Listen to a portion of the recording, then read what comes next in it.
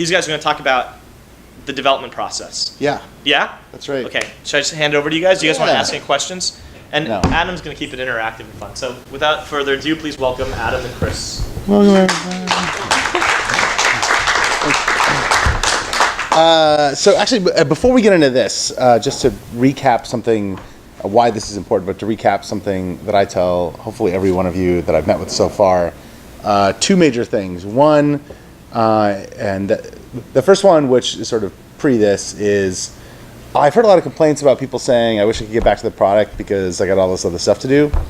And that the reality of a startup, I think that's less glamorous, is the hard part in the beginning is the product, but if you get any traction at all, then the hard part isn't the product. It becomes building the company that builds the product. And so there's, if you want to be successful in a successful company, you really have to focus on building the company over building the product once the product starts to build. Because if you want to ever get bought or go public or get big, then the product isn't enough alone. You really have to have the machine that builds the right product by itself without you. And so we talk about constantly trying to obsolete yourself in the things that you do.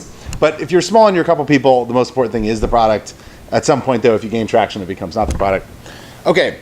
Oh, the second thing that relates to this is in the very beginning, you have a product, but you don't have an audience. And it's very tempting to want to build a whole bunch of stuff to like prove out the big ideas that you have. And what I encourage everyone to do is take those big ideas and figure out what the nuggets are that are going to have people see it as something they would want to use. Basically, focus on distribution first. Focus on the nuggets of the idea that will create distribution. Focus on features. And when I say distribution, it could be viral distribution, it could be sales distribution, it could be marketing distribution, it could be partner distribution. But if without people using your product or buying or whatever you're going to do, nothing else matters. And it's just it takes so much discipline as a startup and a product-y engineer or product person to stop building, to stop building all the cool stuff you want to build. Because I think what you find, and Paul Graham talks about this all the time, that you don't even know what to build in the beginning, and you don't really know what idea is going to work. And so really getting down to the basics and then testing those ideas are going to be what's key. Which leads me to this talk that Chris and I are going to do.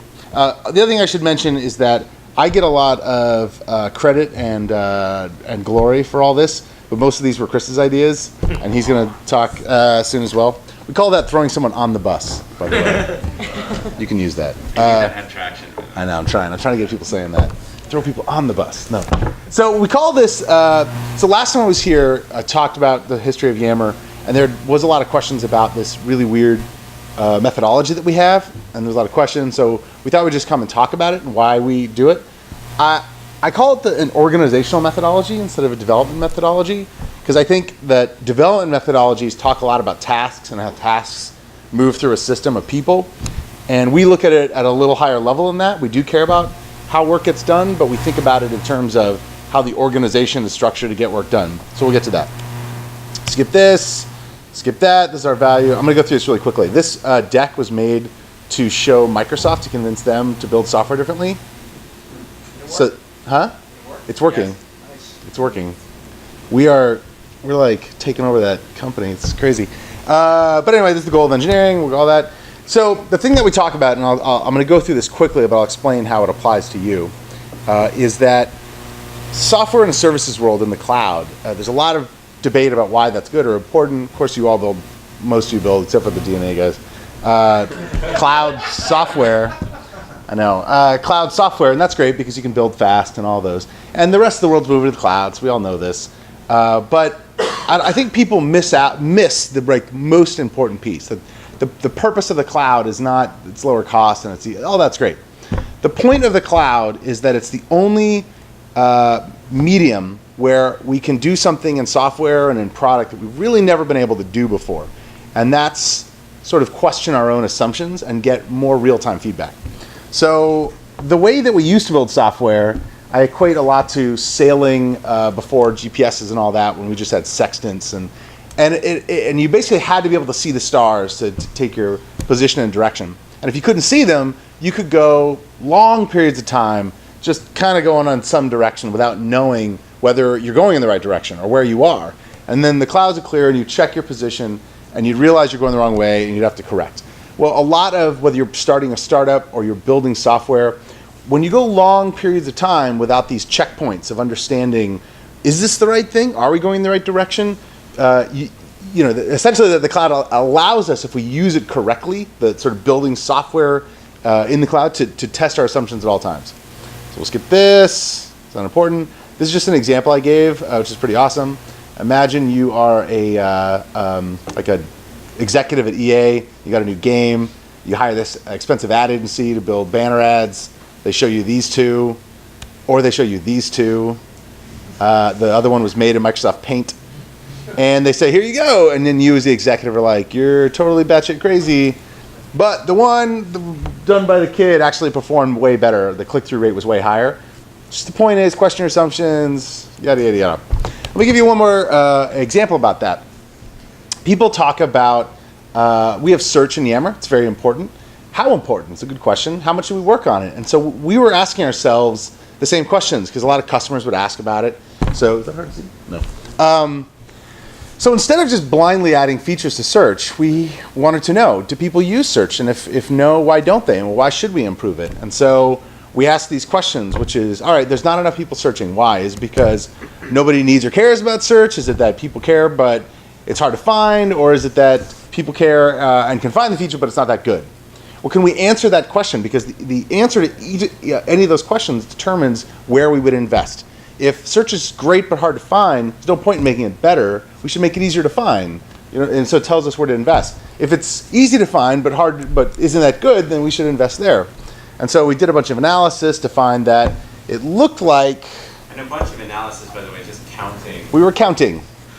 It's just counting. Not very advanced. No, just counting. The point is that we're through data, which we have on the internet, we can understand what's really happening. We can, what we call, listen to the silent majority, the people who don't communicate through surveys or feedback. It's just their behavior that communicates. The primary way Can we get back to the search side? Sure. By the way, this establishes that the third hypothesis was correct, which is that search is bad. It's easy to find. We have a large number of users doing a very, very small number of searches, which is the prediction that the third hypothesis would make. Right, and by essentially creating the hypothesis first, we prevent ourselves from making up the data later on to support whatever we want to believe, which we do all the time. And we do a lot of A/B testing. Everyone here should know what that is.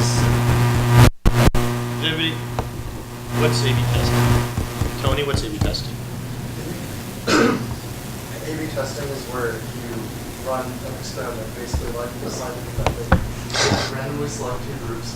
One's the A group, one's the B group. The B group is the experimental group, the A group is the control. It's designed in order to isolate them. So now you can do multivariate A/B testing where you have across different dimensions. Yeah, basically. That's right. What we like to do is, what's important, and this is going to be important for you as you grow your company, what I would say is find your core metrics. Don't have a billion things. Find 4 or 3 or 5, small number of what we call the core metrics that you feel like are proxies for everything else in your product. The problem with having, and I've seen so many startups that try to be data-driven that have 1,000 metrics they start watching. It's too confusing. You're optimizing for too many things. So in Yammers' example, our core metrics are retention, 1 in 7 day, posting rates, invites, conversion, and one we call engagement, which isn't up here. Super simple. And so if we're building a feature, we don't say we don't ask ourselves, will people use this feature, or will this feature do random stuff? Because anyone can build a feature and find stats that back up why it's good. We say this feature we're building we think will increase 7-day retention. The odds that someone will come back in 7 days that joins today. We think that's a proxy for engagement and a lot of other things. It prevents people from finding their own reasons why something is good. And so that's how we do it. And then we look at various cohorts of large companies and small companies and new users and existing users, and we'll do all that. And we're at a bigger scale, but in the very, very beginning of Yammer, we didn't have A/B testing, but we had data, and we looked very closely at whether what we were doing was having an impact or not, and we tried to work in short cycles. And it's important to work in short cycles because it is impossible with long cycles to use data effectively. Now, this is the extreme example of software that releases every 3 years. In this example, even if you could look at the data, by the time you have it, you've really already planned and started developing your next phase. Now, the reality is even quarterly is too slow to understand this. And we release weekly or more frequently than that. And that feels too slow to us sometimes. Facebook releases twice a day. The only reason that they release twice a day, it's not so they can get features out faster. It's because they have so many tests they want to run, with different groups want to run. And they do all this crazy stuff to make sure that they can run these tests and not collide. It's also the case that when you're working for a long period of time without checking your position, you're going for a long period of time in one direction. And you're making a lot of assumptions on other assumptions on other assumptions. But when you move really fast and you test things really quickly, you can correct very quickly. So this bizarre chart just shows that. This applies to you guys, though. What's your release schedule? Is it once a week? It's once a week or more frequently than that. More frequently. Yeah. We do daily releases. You do daily? Basically. Generally. Yeah. Hot fixes. Major functionality goes out at least once a week. Yeah. Right. Okay. And we want to move it to more than that. So, but the way it applies to you guys is, especially in a startup, you have things that you need to test, essentially, your ideas. And it's tempting to overbuild to test those ideas, but to really get them down to the bare nuggets and sometimes cheat. Like when we launched Yammer, we wanted to know how many people would be willing to pay for Yammer, but we didn't want to build a way to bill people. So we just had a form that didn't do anything and we couldn't collect any money, but it told us that people would pay for the product. You may have something that a product that people enter some stuff and you crunch some stuff and you're supposed to show them good results. You maybe do that really crappily in manual at first, just to see, will people even think this is interesting? But that is so vitally important to just get the idea out there so fast and test those ideas. Most of the time you'll find out you weren't 100% right, but there's nuggets of truth in there. If you do too much in the beginning and you just go out with too much stuff, you don't even know what's right or wrong, and then the temptation is to try to work on everything and sort of boil the ocean.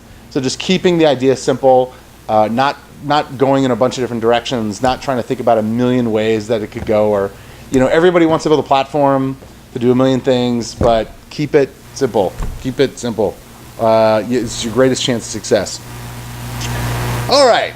With that, a lot of interest in, that's the context, is that we wanted to build a development process and methodology that was designed to allow us to test our assumptions very quickly and reorient ourselves and reprioritize very quickly based on what we learn. And we realized that most traditional software development methodologies don't do that well enough for us. Value seems like a big company thing, but we really believe in this. I'll tell you why it's important. This says value, velocity, motivation, empowerment. The reality is most software development methodologies actually, when you're, and I mentioned this I think last time I was here, that as you get bigger as a company, even like 10 people in engineering, there's a temptation to break people up into groups. And the way that normally people break people up is by their skill set. They say, oh, the front end guys are one group, the back end guys are another group. And then eventually maybe even product area. There's the search guys and then there's the whatever guys. And none of that really works well. We can go into why. But the thing we're trying to say is that when you break people into groups and you come up with a process and you come up with a structure, you should be asking, does that structure increase or decrease our velocity based on a bunch of stuff we'll talk about? Is that a kind of structure that actually motivates people, or does it isolate them in a way that's unmotivating? And is it a structure that empowers people in groups to get work done, or does it have a bunch of dependencies that means nobody can get anything done? Okay, so basic idea, rapid iterative data-driven development through decentralized, autonomous, transparent, dedicated, ephemeral teams. Any questions? Done. Thank you, Adam. All right, you're welcome. I know. So I'm going to go through this quick because we kind of covered this. How ideas get turned into products. We talked about this before. Someone says, I got a great idea and it's a big, giant, huge thing. And then we say, how do we boil it down to its basic ideas? Something we can build and release quickly and test. And that often we call the MVP, minimum viable product. And then in the spec, we write, and the specs are very basic, a bunch of pictures, not a lot of words. But some of the words are the metrics. This one was really complicated. Normally there would be 1 or 2 lines on the metrics. But you see there are things like lift in 1 and 7 day retention, lift in engagement, And then some things like group membership isn't negatively impacted. So the product manager, the product person has to pre-declare what they think is going to happen, which is really important. But equally important, it has to be small. It has to be a small project. We don't really want big projects. In fact, I guess you could say, artificially limit the size of projects to 2 to 10 weeks. No product that'll go more than 10 weeks, because for a number of reasons. One, we don't want to overbuild anything without testing. We don't want too much process, and when you have a very large project, you need a lot of coordination and process.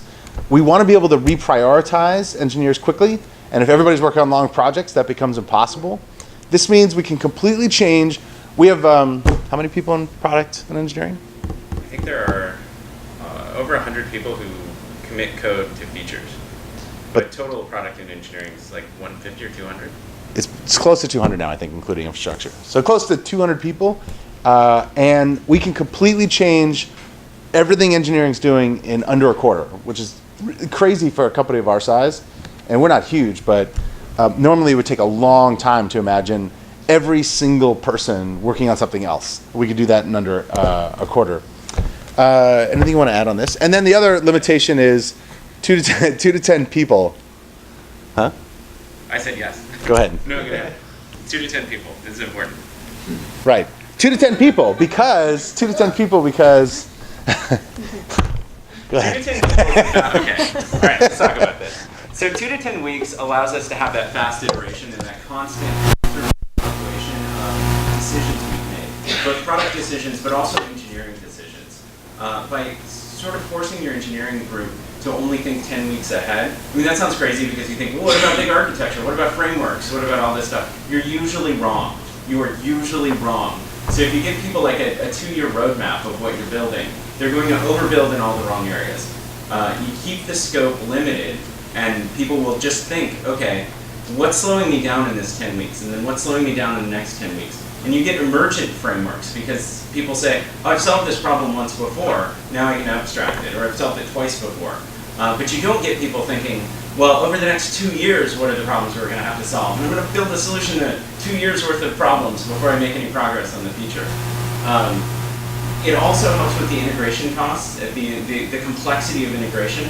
I think it's not a linear function. The complexity of integrating engineering work at the end of a project, it's probably quadratic or exponential or something.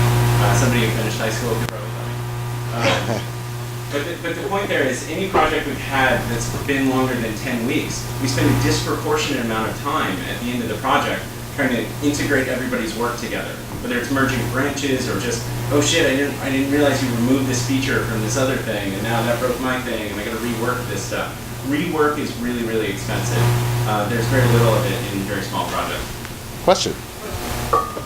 So, I'm assuming when you say 2 different weeks, that's one sprint where you get push everything out at the end of the No.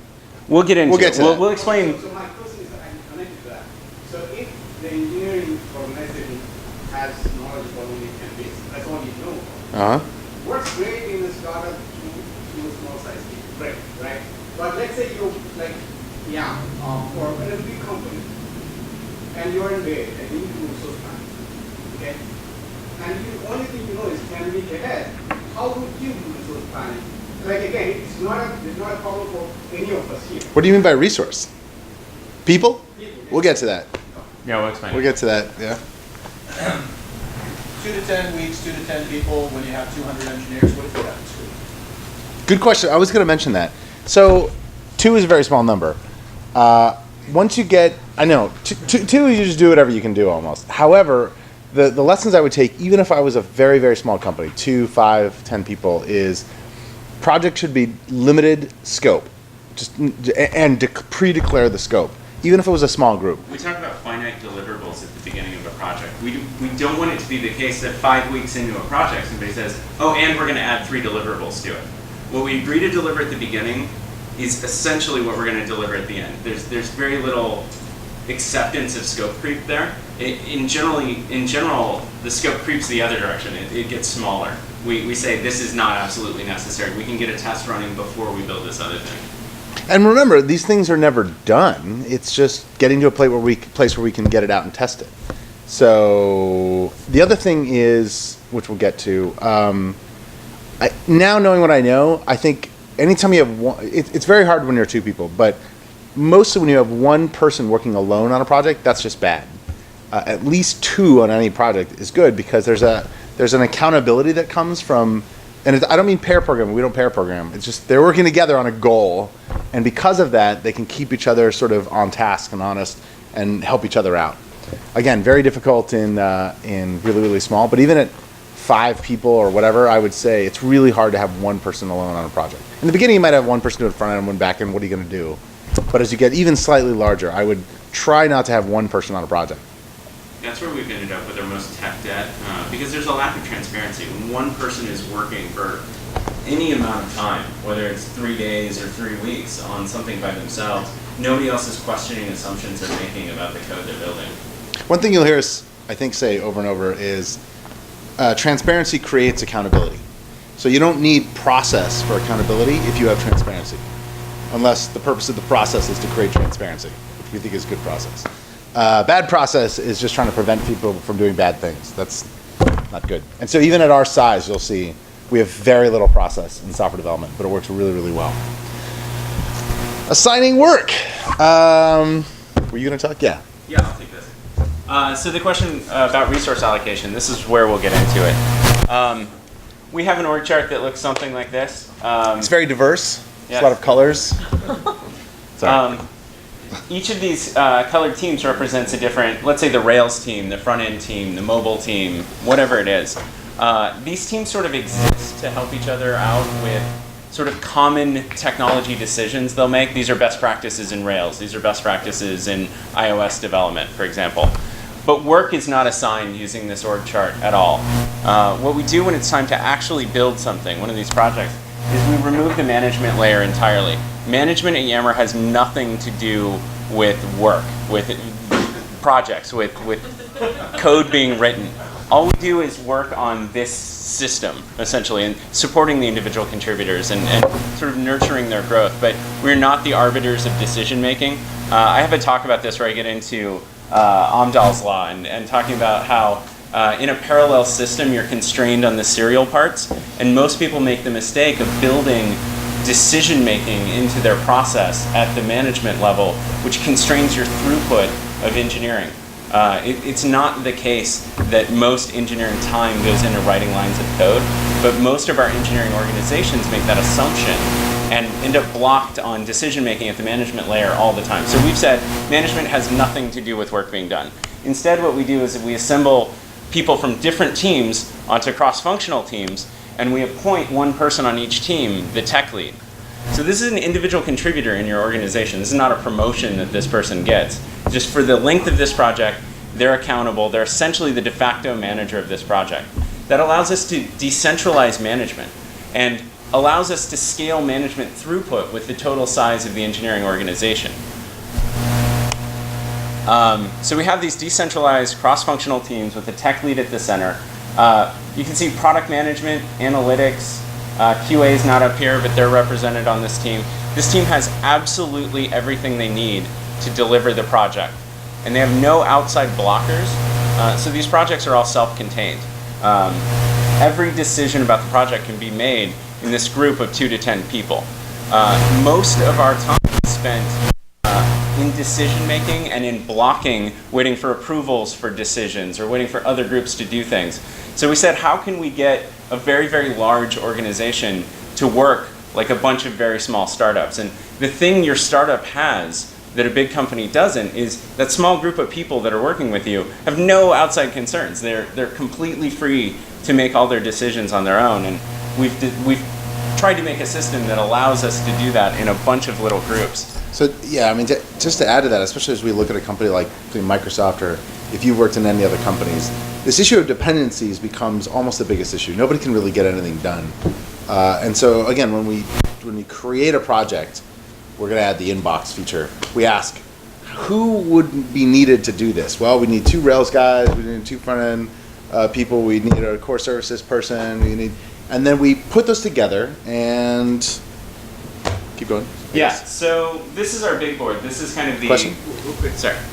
Go ahead. When we decide we want to do the inbox feature, who decides Good question. to do the inbox? So I kind of left that at the beginning. So we believe in decentralizing execution as much as possible, but prioritization is centralized. Because the idea is we're trying to be successful as a company, and we should constantly be afraid of existential risk of wasting time. And so we as a company collect all information from product, from customers, from all that, and make decisions at a high level about here's what we really think we should work on next. We don't know years ahead. We just need to know kind of the next set of projects. And we have a product management team which creates specs and sort of figures that out ahead of time. And so we just decide basically. It's mostly our head of product, I guess, who gets the final say. How does that product management team fit in with these cross functions? Are they a part of it, or are they just like dotted line to them? Yeah, on each of these projects, up in the top right corner, there's a product manager. So sort of the genesis of one of these projects is that a product manager representing the central concerns of the product organization comes up with a spec. And spec is sort of a misnomer because we don't want them to be rigid, we don't want them to be detailed. They're usually, like Adam said, a description of which core metrics we want to move, some light text, like these are usually 2 pages in a Google Doc, and it's mostly screenshots or mock-ups of what they want to build. And then a team is formed around that spec, and the tech lead and the rest of the engineers sort of hash it out with the PM. Sort of given this goal you've set forth, like we want to improve search in these particular ways. What of this spec is actually buildable, and what's buildable in a reasonable amount of time? So often an engineer will say, hey, I was looking at the mockups, there's this button there that does this. I need a secondary index in some backend, NoSQL store. That's going to take me 3 weeks to build. How important is that really to delivering these goals? And then the product manager, as a member of this team, is sort of the arbiter of that. So they'll say, no, absolutely, that button on this thing is critical, that's MVP, we have to build it. Or, you know what, no, I just drew that in there because it looked cool in the mockup. I don't think it's core, we'll save ourselves 3 weeks. Right. In every other engineering organization I've worked at, a large engineering organization, specs are rigid. You end up wasting time on stuff that matters to absolutely no one. Are people on multiple teams at the same time? Let's talk about that. So this is the big board. This is the core of our product management or our project management system. We used to do this in a spreadsheet. It didn't work for a lot of reasons. One was because nobody took the time to go look at the spreadsheet, and they'd say, well, you didn't tell us what's coming, and it's an extra thing in everybody's day. This is huge and on the wall and completely unmissable. I just measured it. I think it's 96 inches wide. We're moving it. That's why I happen to know. So this enforces some physical constraints. So you can see up here, each of the engineers has a tag with their name, and then what you can't see here, this one says like current or future.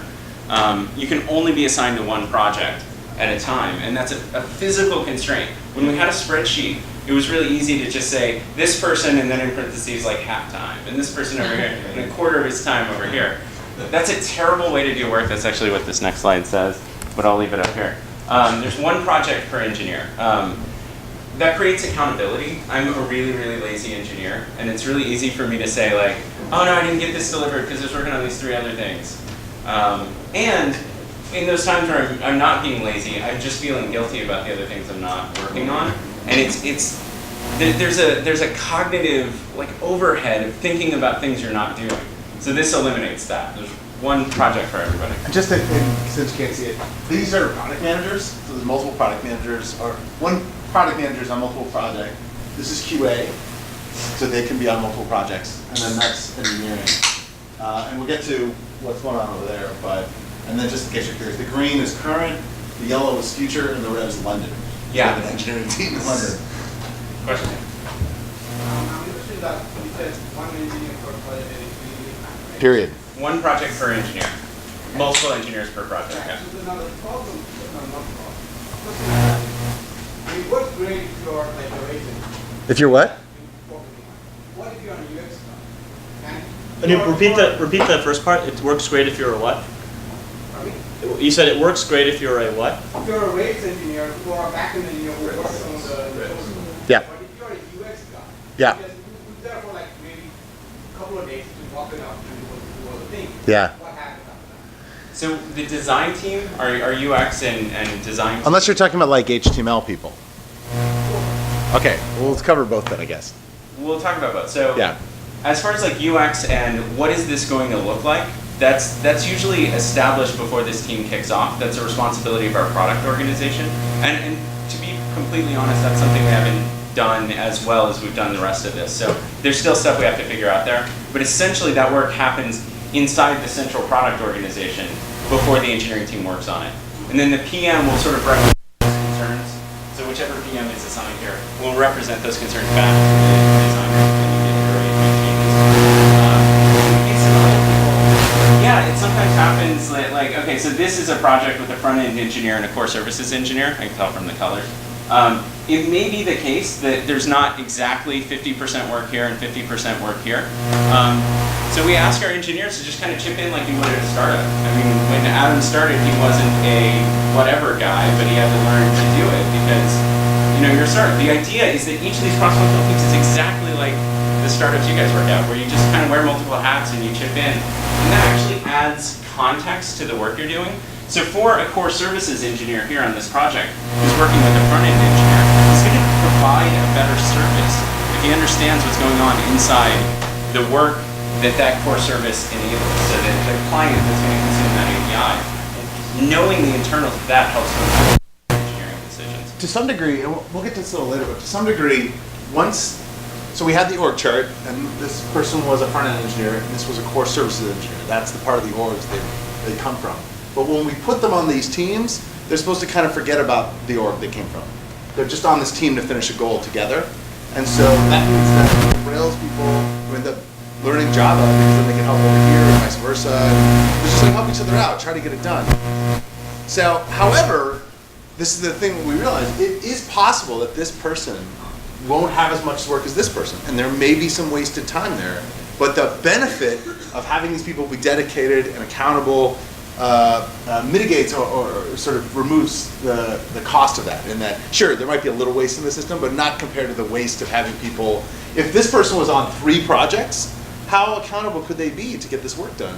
Even if maybe we're trying to maximize their time, we think that's the wrong place to maximize time. Yeah, I've had this line for the last month. This is really, really crystallized with me.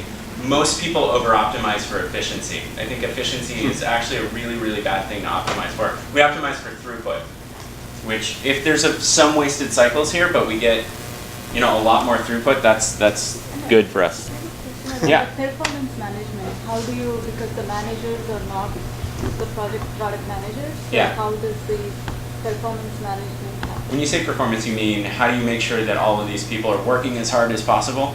Like, I don't know how, like, do you have a 6 months, every 6 months, You're talking about performance reviews, Yeah, but yeah, you're talking so about how- like, yeah, make sure the how- engineers are working really hard. not necessarily that, but how do you know whom to promote? So you're measuring something, right? Right. So Yeah. how does that, since the manager is directly not associated with the project? Yeah, how that's do a they really, know? really good question. I wonder if.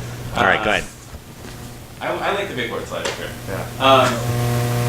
It's a good question. So at your startups, you know who's working hard in your company of your Startups, I know. co-founders? Startups, yeah. But That's essentially the answer, right? You don't need a process to know that when it's a really small group that's working very collaboratively on a clear set of goals with maximum transparency. And another thing we get out of this system is that, and we'll talk about how these teams reorganize, at the end of every 2 to 10 weeks, projects will be finishing and we'll rearrange people. So you get a lot of visibility into a lot of people, and through managers one-on-ones, it happens so fast. Within usually 2 iterations, we'll know an engineer is just not going to work out because it's this system with like accountability just makes it so clear. We avoid all of those problems. What's amazing, and I don't know why other people haven't thought of this. managers have one-on-one. The managers are still there watching. Yeah, those But a teams, lot of the those feedback- teams in this slide still exist. They just have nothing to do with work being done. So these managers and these teams still meet weekly to talk about what are we worried about in our Rails code base, and you know what are the concerns and values of our team. Because when they go off onto these cross-functional teams, they're a representative of that team, and that team needs to kind of establish its core values. And that's the manager one-on-ones, because talk about that. So when you say manager, So the that's when you're managers in evaluating. this blue guy will meet with these 3 blue people to say, you know, what are we worried about? What's working on your projects? What's not? What do you feel about this organization is not efficient? We really count on our individual contributors to raise concerns about And that's where you do the evaluation too. So the manager who's not on the work team evaluates their work product, and that it becomes transparent through those one-on-ones. So there's one thing we're actually still working on, I would say, but I think we'll explain some of this. We're trying to downplay the importance of management, and this is something we're still working on. Most of the time, when you get promoted, there's a lot of praise, the managers get praise. We're trying not to do any of that. We're getting away from that. It's really the work of people doing work that should get the most praise. Management's just a role. It shouldn't be like a Yeah, but I think thing most you people to. get the fact that like when you're on a small team, you know who the workforce is, but the problem's always exposing that to the authority figures. So- It's to- so okay. exposed to- in our system. So wait, let's so go how- back to. So where's the exposure Let happening? me Is it happening explain in the the big one-on-ones? thing. Yeah. If you're in a Scrum world and you're a person that's just taking tasks Yeah. as an engineer, you could hide forever almost. Like who knows whether you're doing the right thing or not. But if you look at the way this works, without knowing tasks, we don't track tasks in any way. There's no tickets. Well, so I'll clarify. The tech leads are empowered to They can do whatever track they want, tasks however they want for their team. And because we don't need to decide at a high level in the organization what's the one-size-fits-all solution for this, one of these projects where there are only 2 people, probably not going to track tasks. But this project, which has 6 people, may need to like use Jira or something. And it's up to each tech lead. And at the end of each of these projects, we have a retrospective in the same way that you would with like Scrum or something. And we say, what slowed us down on this project? And we talk about it. And sometimes, or what worked really well. And sometimes, we'll say, this particular method, and we have this thing that's come from this. One of our tech leads, this guy Marco, came up with this system where rather than prioritizing everything for this is most important down the least, he just said there's A, B, and C priorities. And that's worked really well. So a lot of teams have adopted that. So, but because there's this very finite list of projects, that seems like a big list. There's actually more than one board now, but it's finite, and it's smaller than we would have. If we didn't have the system we were doing Scrum, we'd probably have agreed to 10 times as much. It's hard to know how much you can actually do to survive people's time because we're constrained on it, and because we know when one's going to be late. And if one's late, could it be because some of the people on the project? Maybe. But I'm saying like the bad people in this system get exposed so fast. The tech leads usually are the ones who expose them very quickly, and one person will go through multiple tech leads. They can't hide under a bad manager either. So it's like impossible to hide in this system. Yeah. But how does I'm going to do a thing that okay. Adam, to address this, Okay, I'm going to do a thing that usually drives Adam nuts, but I'm going to back up like one theoretical. Sure. And Brian's got a question. Okay, Brian? just to get to Oh, that. okay. Well, I'll let you control the questions. Okay, You well, can I want to call- answer that question. So, if you're thinking about things in terms of I'm assigning tasks to people, Yeah. and I want to know which of my people is delivering tasks the fastest, that creates a weird set of incentives, and we don't do that. These teams are not given tasks. They're given a project. This is a high-level goal. So, email strategy. What we're looking for here is to drive better engagement with email. We're not saying code this thing and go change this module and do this. That's literally what we've told them to do, is drive better engagement by reevaluating our email strategy. Okay. Right? So now the members of the team are all working collectively on that goal. And it's really easy to tell who's not carrying their weight on a goal-oriented team. I know it's easy to tell Okay. when you're inside Now- the team. so- The problem is reporting that. No, I understand. Yeah. So yeah. the next thing is, now each of these engineers is, we talk about alignment a lot. This process is meant also to drive alignment, to get every engineer at every level. I mean, there's only one level. There's an engineer or not an engineer. To get every engineer in the system thinking about like the goal of moving Yammer forward. Okay. This is on everybody's mind all the time. Okay. We don't need to expect, like seriously, every single one-on-one, if there's a bad engineer anywhere in Yammer, that's gonna come up in the one-on-ones that person has with like everybody. It's gonna be visible. All of our work happens on Yammer in the open.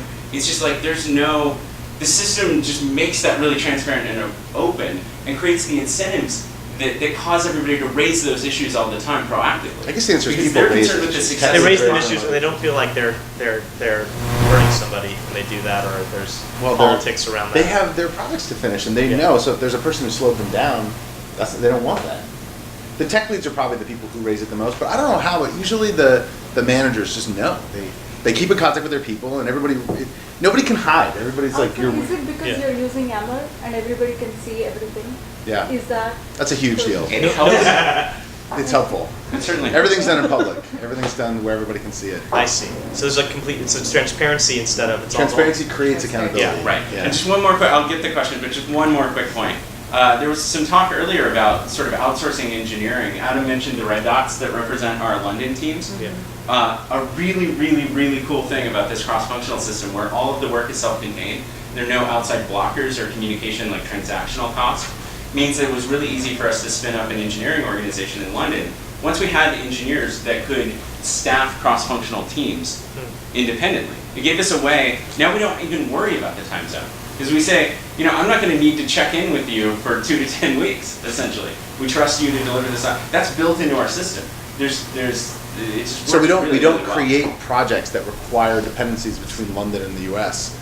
They're the team's together and they're in London and they are empowered to completely get it done. And so the team's just in London. It's you don't cross-pollinate the teams. No. You don't. I see. No, we said the only way London will work I see, that's why it's is if sort of, they can yeah. have entire They can have their cross-functional own. projects there. That makes sense. So that's increased our throughput.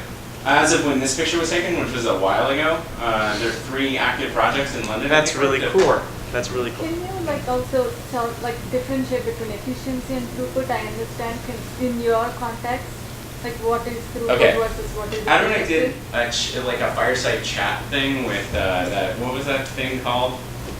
The thing we did back at the office with the SF Open Go? whatever that was. Yeah. Somebody asked this. They said, with all these cross-functional teams, isn't there a lot of wasted efficiency? Aren't these people, like potentially these people are making a decision that these people also have to make? And wouldn't it be so much more efficient if you guys just centralized all that decision making so you make the one great decision for everybody or not have to decide it multiple times? And I said, if you think of San Francisco's sort of network of startups and the total throughput of innovation that comes out of a diverse set of startups in San Francisco that don't have to coordinate with each other, versus if all of those companies were like one giant company, like let's say Microsoft, right? They would have all this blocking transactional cost that would limit their throughput. They'd be blocked all the time. But the efficiency of their work would be higher because there'd be fewer wasted cycles. But there would be much more time where no cycles at all were happening. Does that distinction make sense? So your throughput is those little whatever you call them, little projects, is the throughput. Yeah. Throughput is the how much total can amount we of work we can deliver. Efficiency is kind of a measure of, am I doing work that I could theoretically devise a system in which that work didn't need to happen? That, I think, is where people waste their time. So A bunch of questions for you. Scrum, for Yeah, example, I won't tell you where. I was at a very successful enterprise startup down south, and they had just moved to Scrum, and he was showing me their Scrum board, and he made this observation to me, which was so crazy. He's like, he's like, you know what? I can see the tasks that every engineer is working on, and yet I have no idea what projects they're working on, because it was at the task level that it was being tracked. No idea, like, how do we move an initiative forward? We want to improve this area of our company, or they had no way of knowing. They only were at task level, and you can so overcommit. You could pour in 100 projects at the top, break them into tasks, start working on those tasks, and none of them could ever finish. So we're just, which goes into like, that's a very efficient system because people are 100% occupied all the time, but the throughput is very low because they can't really finish things very quickly, as an example. So. You had a question? Yeah, 2 questions. And the first is, in keeping with the theme of transparency, how are people assigned? Yeah. Really good The question. second question, which maybe you're going to go there anyway, I was curious how bug fixing and triage. Oh, we're gonna get there. That's a great question, too. Yeah. I'll talk about assigning work. This is an open discussion we have right now. I actually I'm unconvinced by the argument, but I like the system we do now. We do a process we call the big board fantasy draft, where we have these tags over here. These just say Rails, core services, every team's represented. This was a time when all the projects were running. Oh no, we have one up here. So this project up here is yellow, which means it's waiting for people. And the tags say Rails and core services. So what we do is once people start to free up, or as these projects are nearing dates, sometimes we'll fill in dates here, sort of estimated target dates. We don't ask teams to do estimates. Our estimates are all as fast as we can go. We don't want to create that mentality of estimates and hitting deadlines and anything like that. But as we're getting near the end, we kind of need to know, these guys we expect to free up in 2 weeks, so we can reason about who's going to be available at the same time. So when we do the big board fantasy draft, all the engineering managers and the product team stand around the big board, and we just kind of fit people in, and it looks like a fantasy football draft where we're just sort of like, this guy, maybe this guy, and we're thinking about things like these people have never worked together before, so we want to force them to, or this person's never been a tech lead, so we want to force them to do that. A lot of ours are thinking about this is about pushing people out of their comfort zone and sort of getting them to think at a higher, more strategic level or work in areas where they need to sort of expand and grow. There is a discussion though right now, because we talk about autonomy a lot and sort of self-direction, and wouldn't it be really way more autonomous if people could pick what they work on, right? And the hard thing is, here's my argument. This is not Yammers' position, my personal argument. We have a lot of autonomy about what you work on a project. So these 6 people get to decide between them what they do on that project to deliver that goal. Yes, you could look at the big board and say, well, they didn't get to pick what they worked on. So we can go to the next level and we can say, yeah, we'll let engineers kind of pick their own things. I'm worried that that'll like start to form cliques. Yammer, for as big as it is, like a 200-person, 200-something, I don't know how big it is, engineering organization, feels like a very, very small team. I worked at a company of 35-ish engineers, and I only knew 6 of them. Yammer, I know pretty much everybody on engineering that's worked there more than a month. So I don't like the idea of people picking their own projects because I think they have a lot of autonomy once they're on a project. And it's a thing. Do you find right now that like certain A players get oversubscribed? There's no such thing as oversubscribed. There's no such thing as oversubscribed. Yeah, but there's got to be politics around like sort of who goes where and stuff like that. There's no politics around that. If somebody gets like 6 shitty projects in a row, they're not gonna. So here's the thing: there are no shitty projects. The system is designed for no shitty projects. No, it's true. So let's define shitty projects. What's a shitty project? What would a shitty project be? Like define it. I'm serious. Writing a scraper to read.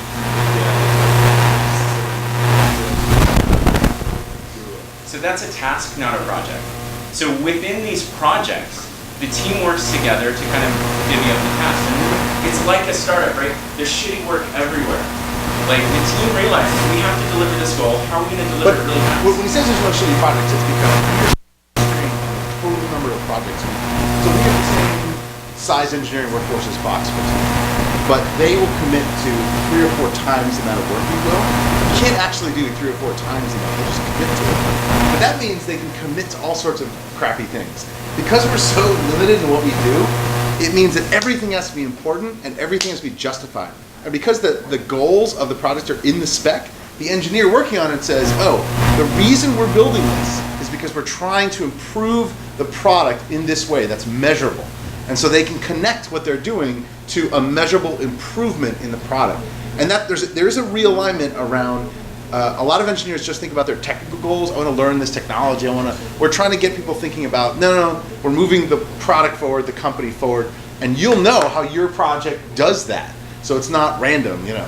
So back when I was still writing code, we had this big project where we had more front-end work than anything else, and I'm not a front-end JavaScript engineer. So I said, hey, what can I do to help? And they said, well, we're converting all these custom templates to mustache templates. And I was like, okay, that's easy. It's search and replace. It can be manual search and replace. I just went in and did it because, yeah, that would be shitty. If somebody told me, hey, I need you to do all this like really, really terrible search and replace work, I would hate it. But I was a member of a cross-functional team. There was work over here. It's the only thing I could pick off, and I was concerned with the end goal, not the work. I mean, I know London is a Western culture, but was there any issues in kind of implementing this culture and this way that you guys work these projects? No, actually, London's been them? really happy with the process. The challenge in London was finding kind of startup-minded engineers. There were a lot of people from banks and financial institutions who This is a very just startup. couldn't pass. This We don't process think is so. Like we think We think we're this would work in a we're- very, very large company. we are This gonna is intended to allow you to scale an Right. engineering organization. we're way beyond startup at this point, right? Yeah, right. There's hundreds of people, and we're kind of Microsoft in the Office division is starting to try this with big boards. They're not small; they're huge. One thing we're going to cover this at the end, but there was the question about how work is assigned. We'll talk about this at the end, but we didn't get here overnight. This process has been very iterative for us to get to. We believe that just like we iterated on our product to find what's right, we have to iterate on the process. And the people involved, all these engineers, are constantly pushing us to think about new ways of doing things. And so it was actually a product person that posted to our engineering group and said, why don't we let people pick their own projects? And it began this discussion among all of engineering about whether that was good, whether that was bad, and that's cool for us. And what's great is it doesn't matter what we decide, because it'll either work better or not, and no one will get tied to it because we're going to change it all the time anyway. And that's just how we are. They know the process changes all the time. You don't have an India team, right? No. I thought somebody said you Nope. have an India team. No. Yeah, just London. I realize that this question may be kind of funny in a world that is constrained on engineers, but what type of engineers work best in this system? Engineers who can adapt to uncertainty. Because this is not a world where you have a rigid spec and a list of deliverables and you just churn them out. There's a lot, and we have a whole document on this, which the engineers that are, in general, we look for intellectual humility. They can admit mistakes because they're constantly improving, of course. Engineers who are not too shy, in a sense, which is they've got to be able to, they have to be assertive and be able to work with other people. And every engineer is going to be a tech lead at one point, and a tech lead is almost a manager. So we kind of hire people you could imagine being managers. And we'll get into tech leads in a minute. We have actually a lot to cover. We're going to keep going, and then we'll have more questions. Quick question. Are Yeah. you going to talk about scalability of the product team as well? So the interface to product here is completely not visible. And how are you, like you said, we didn't talk about how you're implementing this on the product side, but does it scale as well as your engineering team? Or? So product scaling. In that it's not one product person per product, but they have a finite number they could possibly do. So the head of product essentially says, here you have these 5 projects in this given area. You know what I mean? Yeah, okay. So The product team is still relatively small. I'm Okay. actually starting to see a few things where they're running into issues and they're going to have to be more intentional about organization and process to get through those, but some of those are sort of unsolved. So we kind of talked about this, but Yeah, so at the end of a project, we basically just reshuffle the teams. That's the fantasy draft I talked about. you guys asked about support. Is there a bench of people who want to design projects? Sort of, yes, sort of. There's support. Everybody is always assigned to a project. This also answers the question about bug fixes and maintenance and things like that. We have a cross-functional team all the time, which is called support, which is responsible for absorbing everything that would be an interruption to the other engineers. So, like, I had this frustration in my career where I would spend 4 years at a company. I would spend the first year building really cool shit, and then the other 3 years doing absolutely nothing but maintaining that stuff and answering questions about it and not making any forward progress on anything else, and then leaving so that I could do something else.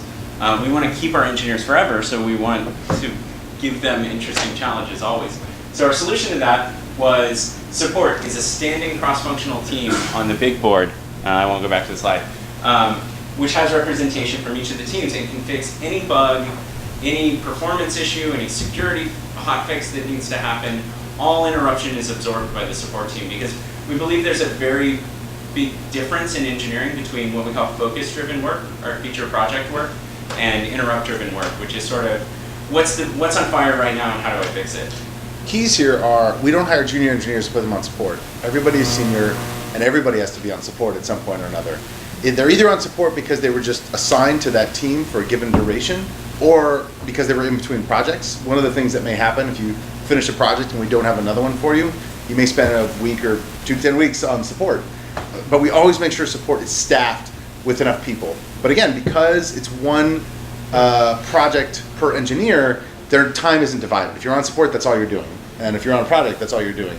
And that's not a shitty project, to Pete's point, to be put on support. Actually, support is becoming sort of a glamorous project because it's where people can do cleanup work of tech debt. They can say, we've gotten 3 bugs in this area. This needs to be refactored.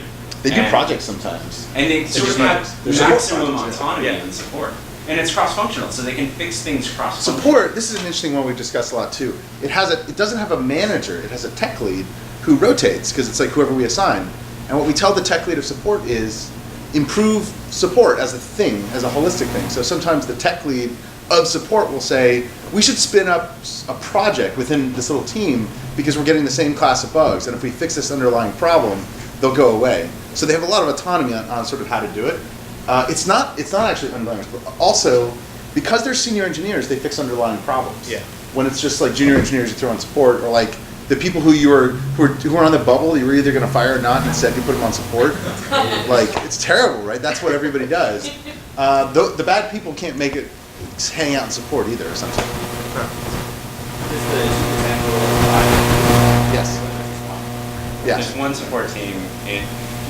There's a question we have, like, at some point, support needs to, its size is sort of a relative function of the overall size of engineering. So the question is, what happens when that ratio drives us to have a support team that's bigger than 10 people and just can't be reasoned about?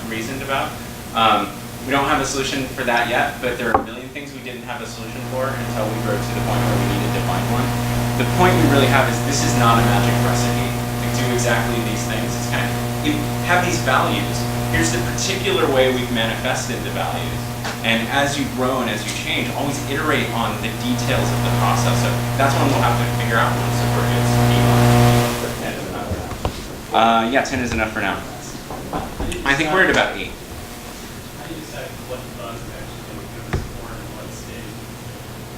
All bugs go to support. Well, hang on. If there's an existing team, so if Right. there's a project team up on the big board, and they've done just like an incremental release, and we got bugs about that, it goes to that team. But once they ship and once they're done, that team doesn't exist anymore, so there's Yeah. no way to assign them bugs. So that's what support exists for. But remember, one of the great things is if you just have a standing support team which is dedicated, then there's no incentive for an engineer to not leave waste, right? But even if that engineer isn't going to immediately go on support, they're going to be on support. And so they know they're going to have to maintain their own code in some capacity. We've talked, this part we haven't totally figured out yet. We're still talking about, if there's a big project, because there are some bigger ones, should we always make sure we take a couple of those people and put them on support the next rotation to make sure that there will likely be bugs for their thing? So one thing I should mention, it's going to come up in a later slide, is... I don't know, by the way. Okay, we'll try these things out. We don't know. We experiment all. Really? No. Anyway, so the teams, we talked about this, the teams being sort of goal oriented. The opposite, or the alternative, is ship oriented, which is what mostly engineering is. Ship on this date. What the teams can do, because they're not ship oriented, is they can say, all right, we got to build this feature. There's some of this feature we don't know how we're going to do, or we don't know what the result will be. We're going to build that first and ship it and run some tests while we're building. So a 10-week project could ship 10 times, could ship one time.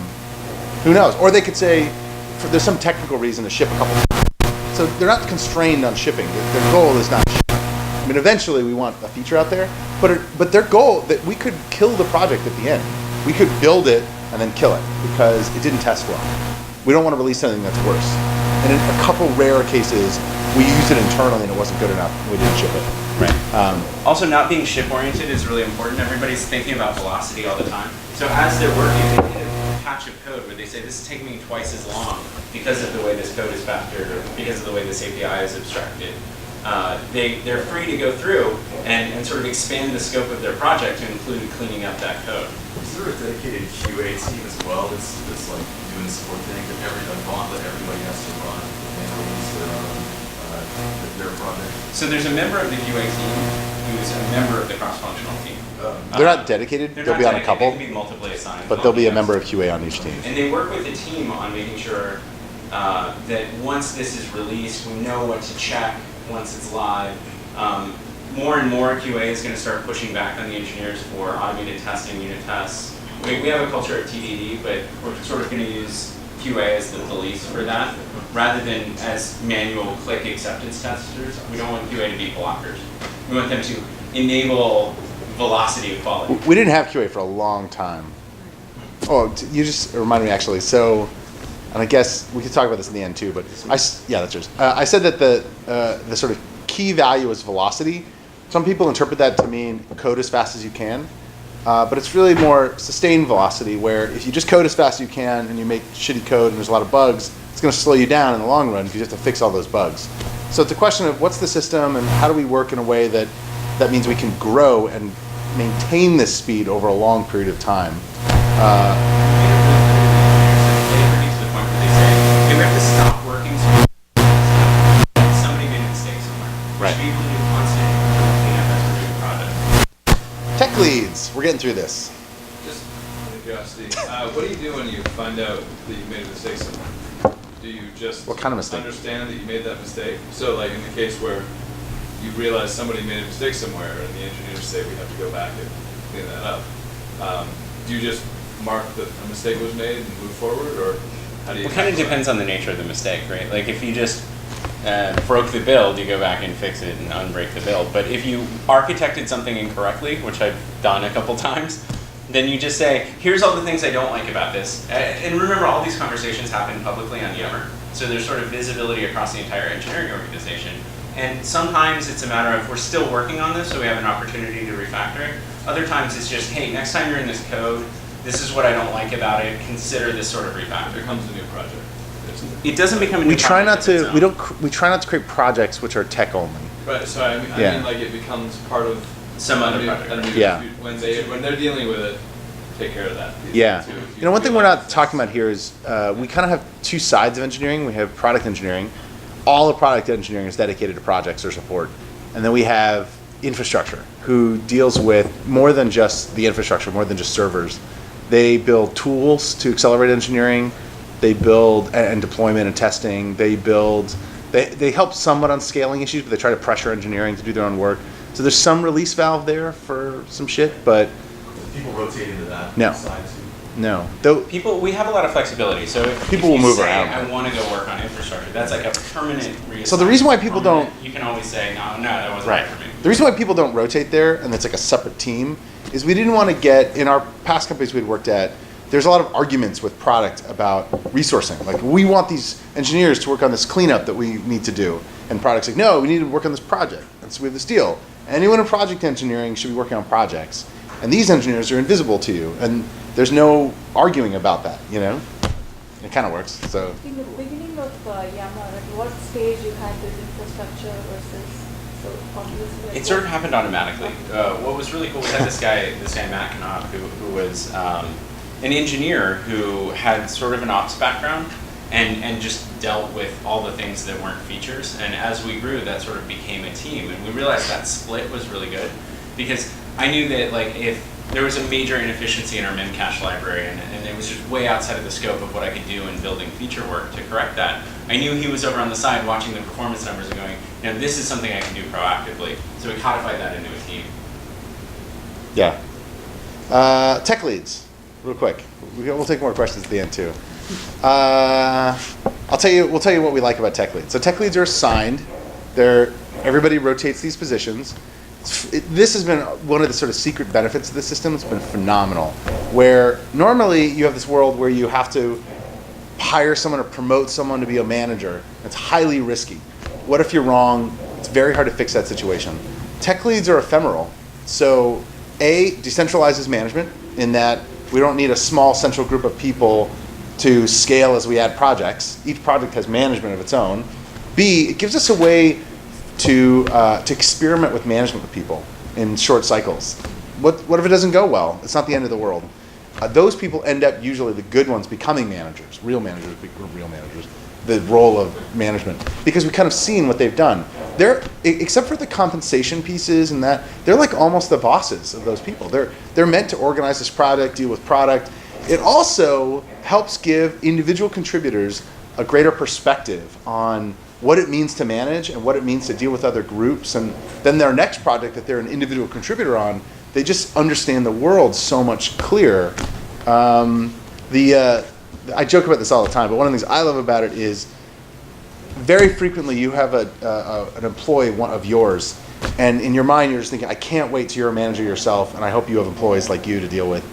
And they get this experience of management essentially, and then they are so much more sympathetic to management because they've had to do it themselves and they recognize the complications, and it's phenomenal. Other things about tech leads?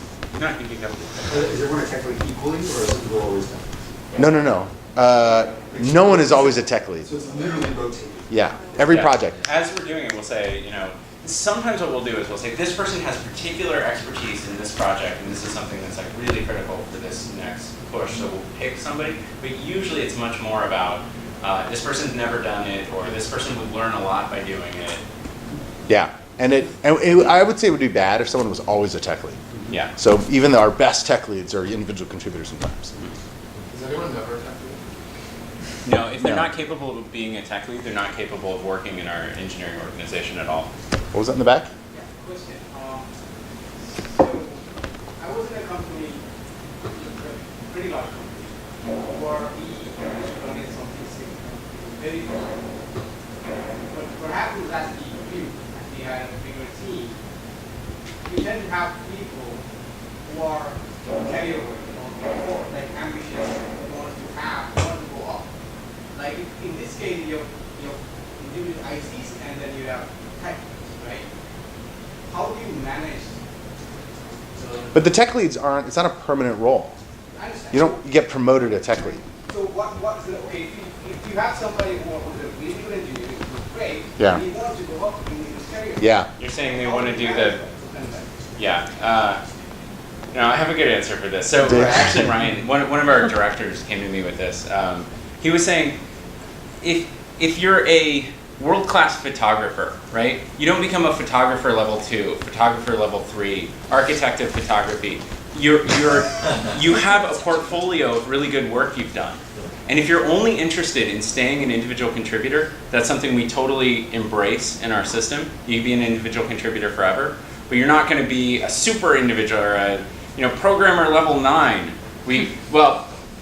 So Microsoft has these levels. We're figuring out how to adapt that. Yammer made a decision that we only have one title in engineering. It's senior software engineer. It's reflective of the idea that you need to be senior enough to be a tech lead to even be in our organization. And after that, it's the quality of the work you've done. And we try to provide a really diverse set of challenges. It's like being a pitcher in the major leagues. There's nowhere to go from there except kind of what you've done, what you've accomplished. So the thing that we're still iterating on is how do we recognize and accumulate past accomplishments for people. And there may be some other roles that we're still figuring out as we grow that are sort of non-management but leadership roles that are actually roles. But the thing that Chris is saying is we don't like the idea of there being positions without roles. Like ranks. We don't like ranks. We don't like rank. A role is like there's a specific set of expectations in this role, therefore it has this title. Rank is just like, I've been doing this longer, so I'm higher than you. We don't like that idea. Not a compensation plan. It's a tougher one. I think that people compensation should be tied to the level of work, the level of expectations, and so it's a bit, Isn't that ranking? It's sort of market value, right? Like on a baseball team, not everybody's making the same amount, but they all have the same role. They all have the same title. So you do have dispersion of compensation rates. Absolutely. So somebody with 2 years of experience would not be paid what somebody with 10 years of experience would be paid, for example. So what if that person wanted at some point in the future leave Yammer and go somewhere else? Like what? I guess then that no rank has that ever been a problem? Or yeah, it's a debate that comes up a lot where people, for various vain or whatever reasons, want rank, and it's unfortunate that there's a system. The engineering world at large puts a lot of stock in rank. We think that it creates perverse incentives and it creates weird relationships between people. Furthermore, I believe really strongly in the value we provide engineers after they leave Yammer. And I think that value comes from forcing them to work outside their comfort zone and to grow as engineers and as employees within the company. What we're building is a bunch of engineers who really, really know how to deliver value. We just saw this with somebody who moved over from this team, which does it this way, into another team that doesn't, who used to have absolutely no interest in management or organizational theory. And the first thing he said is, I can't figure out what's going on, we need a big board.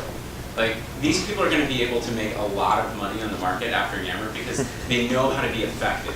Nothing else really matters in terms of your compensation other than how much business value you deliver. We have this stupid metric, this title thing that we've been doing forever, and everybody, it's bad information, it's noisy information. It's noisy information because we could, for example, people come to Yammer from other companies with some crazy director of Grand Poobah level 5, and they may be crap to us. They may be terrible in terms of what they can produce, and yet because they have this title, they have this expectation. It's not a system titles are not really transferable as value anyway. So it's tough. This is a huge challenge in our system for us, but we're big now, and we had a lot of people come and say, I want to be a director, and we would say there's no role for that right now. Come and work, and there's plenty of opportunities, and thus far we've not lost many people to that. It's great for locking too. That's not the intent. People love working in this system. They get to work on a lot of different things, a lot of different people, interesting challenges, never get stuck on things. Like it's really interesting. It's that's very interesting in terms of ego. Like, in a way you have to kind of limit your ego in terms of rank, right? Yeah. But for a lot of engineers, ego is also about ownership of code, right? And taking pride in that ownership. How do and I understand the cross-functional teams. There isn't maybe as strong as that ownership. But I have seen some Yammer projects come out that do have strong ownership, right? Like things like Drop Wizard is very much Coda's stamp on that, right? People take pride in the work they do. Coda doesn't own Drop Wizard at Yammer, for the record. I mean, he was the guy who started that project, but it's sort of collective ownership. Ownership, though. Or do you really? It's just Nobody owns code. I'm actually explicitly opposed to code ownership. The cross-functional teams are meant to. So I've had this in my career where the last company I worked for, I built what I thought was like this really kick-ass business rules engine. And every next project that came up, I was looking for a way to say, hey, I can use my business rules engine for that. Because I own the code, I didn't own results.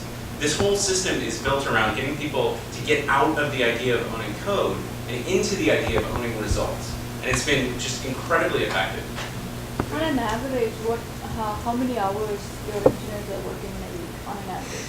So we look for burnout. Burnout, like engineers working more than 50 hours a week, 40, 50 hours, is a really, really bad sign that something's going desperately wrong on a project, and we need to correct it. So you make sure it's on average. We don't have a lot of. Make sure we just use that as a red flag. We don't have a lot of controls in place for that, but you're looking for burnout. And we're not pushing people to work a million hours. And projects ebb and flow, and that's cool. And because we as a team are not like working on one thing together, different people are working harder at times than others, and that's okay. I'm sure it varies as well. Yeah, so that's okay. If you have fast iterations on this, if you don't have code ownership, how do you get new engineering quickly and learn someone's code? Cross-functional team. They're not alone. They're like on a team with a group of people who are going to help them with this project. Iteration, do you guys not shuffle the team then? No, we do. So then you have new people working on Yep. the same feature than you code, right? Yeah. And so isn't there some startup cost? Yeah, new people will work slower. A little bit. But There's they're a on the little bit of team. domain knowledge. But what happens is when you're always shuffling people around, and a rotating set of people are always looking at everything, you get these emergent best practices and these emergent styles where it's much easier because this looks like everything else I've ever touched within this organization because all the same people built it everywhere. You have that spin-up cost mostly when you have engineers working in a silo in the dark for 2 years, and then engineers over in a silo over here, and everybody went off in different directions and used different strategies. And that argument really scale? I mean, as you go to 200, 300 engineers more, each of them has to learn. This is how you scale. Well, so what's funny is we get this question. This is the question we get the most. Can it scale? We got it when we were doing it with 20 people. It's now 200 people. The confusing part about the question is, as opposed to the alternative that we mostly think about today, which clearly doesn't scale. Like the way we build software today doesn't work very well. It's hard to know how much we can build or what we can build or what people are working on. The people are very siloed. The front end person has a task over here that's connected to something that some back end developer doing, but they can't connect. Like at a very small team, it's very easy to have good coordination. Once you get to 30 engineers, even 40, 50, coordination becomes really hard in any system that doesn't have a lot of these sort of properties. Scrum doesn't work at that level. I mean, it'll work in that tasks get done, but everybody's always going back saying, where are the projects? Like, what's getting done really, Yeah. Engineering, itches like, I wrote the file system here, I wrote this database kernel, where it'd be hard to transfer, right? Well, just do it. Software. Well, here you guys are like a web application. No, so you're right that there's a scope, we believe. There's probably a scope that's skill-based. It's about you can't take the... I have a good answer to this. So when we design those org chart teams, our definition for what makes an appropriate team on the org chart is a fungible set of engineers, where there's like a domain of expertise that I can pick any of those people to work on any project that requires that expertise. So if we had like a kernel team, if Yammer was an embedded software thing and it had a kernel, then we might have a kernel team. And any project that was doing anything at the kernel layer, we would have a member of the kernel team. But for example, that would be really special. So we had search. Search is a thing we built. Search is usually considered one of those specialized things. We had one engineer that knew anything about Lucene and search, and he built our original search stack, and then we moved him off to something else, put other people on it. Now we have the entire core services team, which is like 12 people that all know search really well now, because they've all had to touch some aspect of the search chain. Yeah. Sorry. That's right. But just to kind of follow up on that, so if you have a project that requires some type of specialized knowledge, right, like a PhD in machine learning or something, you kind of tackle that by having redundancy eventually, right, where maybe like the first person might have that core skill set, but then the rest of the people on that person's team kind of get up to speed, and then eventually it just kind of disseminates. Yeah, Fair? that is fair. And that's what we did with search. And since everything's built as a team usually, you'd expect more than one person to know about it to begin with. Yeah. And then, yeah, over time, it's true, like if there was another project, if there was a brand new thing with a brand new domain and there was a person who did most of the work, it is possible we might move that person to the next project with it to make sure other people found out about it. But we haven't had to do that much, so. Yeah, going kind of stepping back, abstracting a level, I actually think that the cross-functional model obviates a lot of those kinds of things. A lot of that, I need like a really super expert PhD machine learning guy, comes from the fact that you've constrained the work that can be done in this little box, right? So we had this example of this autocomplete project where thinking in a vacuum about how to improve autocomplete, somebody would have said, well, I'll just make the autocomplete service like 10 times faster. Instead, what we did was build a cross-functional team that said, oh shit, we can deliver the same user experience by just caching. We had all these tools that they sort of, just off-the-shelf stuff they plugged together that gave us a really good high-performance autocomplete system that would have been better than what like a PhD would have done on the one little autocomplete box working in a silo. Okay, let's keep going. Trust, transparency, accountability. Transparency creates accountability. Everybody does their work in public so that everybody can see. The big board creates transparency. Transparency is the key to accountability. Transparency is the key to accountability. Summary, and then we'll get into some other stuff. But the summary of the system. Cross-functional teams with no dependencies, no code ownership, as it says. 2 to 10 people, 2 to 10 weeks, led by an assigned tech lead, working in public, tasked with moving metrics, not just shipping. Okay. The next part, this is just part one. Then the rest will go quick. There's 4 more parts. There's 4. No, this was the quick one. No, if you're gonna be able to, if your goal is to be able to test your hypotheses really quickly and be able to reorganize really quickly and reprioritize, then you actually need a different kind of organization, as you see, because we can do that. But you kind of need a different architecture as well. Classical architectures don't work well in this system because they're potentially monolithic and requiring a lot of coordination. So this is our big folder. This is classic monolithic code base. To move it just a little bit requires a lot of people and a lot of structure to count to 3 and move it at the same time. So that's why having a loosely coupled decentralized architecture is important, because you want an architecture that lets lots of different groups independently work on pieces without coordination. And so Yammer is made up of rocks, a bunch of services that can be released independently without coordination for others, can be worked on independently by different teams. Each cross-functional team can touch any code base, any service. If you post a message on Yammer, it probably goes through 8 different services, and each of those can be released independently. No coordination. It's an older picture of Yammer, but each of those boxes represents 1 or more services or code bases, and this is old. Search is like 4 or 5 different services. That seems crazy, but like it makes it so much faster for us, because whatever you need to do, a lot of options, lots of releasing stuff independently. In case you're curious, here's a bunch of shits we use. Here's a bunch of services we built. We tried doing a diagram of Yammer, but it doesn't make any sense. Here's another thing about code ownership. If you go back to the list of services, core services is 12 people. These are all core services. There's no possible way people could own these. Right. There's just too many of them. There's also a bunch of weird stuff like these big teams tend to make big code bases, and so little teams tend to want to move really fast. And again, code ownership, when you own a code base that you're growing, you tend to try to solve problems by growing your one code base. Little teams are just trying to get their project done, and they create new code bases, which we think is good. What are you at? Rodents of unusual size? Yeah. I don't think they exist. No, I'm just kidding. Why don't you spell skivvy with an IE? There was a, it's kind of, we don't really have, there was an IE convention for a while for no apparent reason. So, as you can see no, from... actually the reason was transparency. So it started with feeding.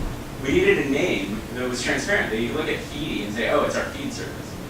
And like, it was just a cheap way of having a unique name. No, that's terrible. That's terrible. I hate that. RUS was a file upload service. I think it's a remote. I don't even know what skivvy is anymore. I don't know.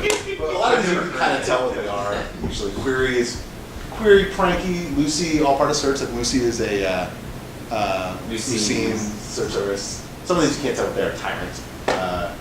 What was Tyrant? Tyrant is our security service. Oh, that makes kind of sense. Yeah. Some of them are transparent, some aren't. We like services, more and more services. This is an incomplete list. There's more every week, it seems. Do you have like coding guidelines Nope. that everybody? We have emergent best practices. Emergent best practices. Shuffling people around and exposing people to what's working and what's not. Transparency solves a lot of problems. Will it scale? This is the end. Well, this is not the end, sorry, a little more. So the answer is not by itself it won't scale. By scale, I mean everything. We, a long time ago, decided that you have to iterate on your process and your organization just like you iterate on your product. We think about iterating on our organization, our process, our tools, and our people. These are all important. Our organization, like we said, for example, we had a front-end team and it got too big. What do? We have to decide. Well, we decided to split it in half and just randomly do something with it. When we started with this, we didn't have a support team. That didn't work. Created a support team. We're constantly, we spin up new teams all the time and we move around and we're just constantly, and we'll get to the end why we think that way, but tools are important because if we're going to move really fast, we need the tools that let us move really fast, meaning we make it really easy to deploy, we make it really easy to test, the integration, all that stuff. Process we've kind of talked about, we change shits all the time. Like right now there's a debate about how people get assigned to teams. We'll just try stuff out. And people, the most controversial of these. How many people saw the TechCrunch article from Cindy Alvarez about firing people? I got a lot of shit for that, huh? The reality is this. This system works when people trust each other because there's a lot of autonomy. And one of the surefire ways to lose the trust of your employees is to not fire people that everyone knows are bad. That's not to say you shouldn't work with people, and we have so many instances of working with people and them getting better, but some people don't want to be worked with, some people are not.